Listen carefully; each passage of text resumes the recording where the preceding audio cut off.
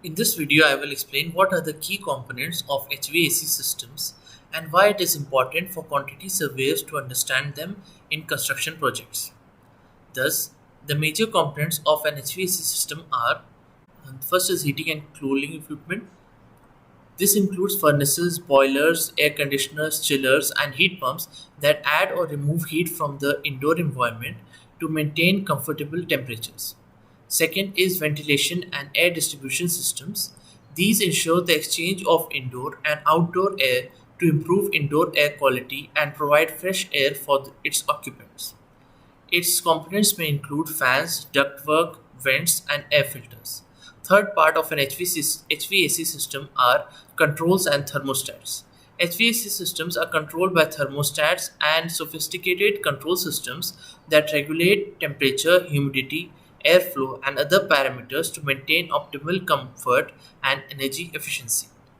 Fourth part of an HVAC system is insulation and dampers.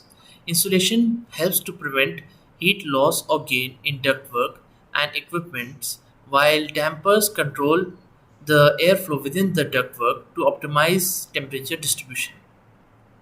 Now, it is important for quantity surveyors to understand what are the key components of HVAC system in construction projects for several reasons, such as first is cost estimation.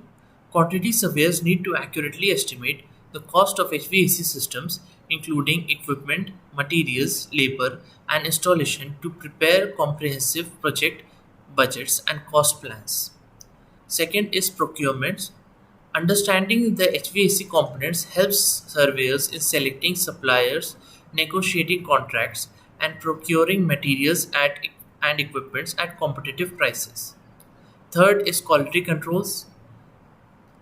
Quantity surveyors play a major role in monitoring the quality of workmanship and materials to ensure compliance with project specifications, building codes, and industry standards such as ASHRAE.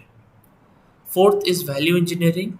By understanding HVAC systems, quantity surveyors can identify opportunities for value engineering, such as optimizing the system design, selecting cost effective alternatives, and improving energy efficiency without compromising the performance. Thank you.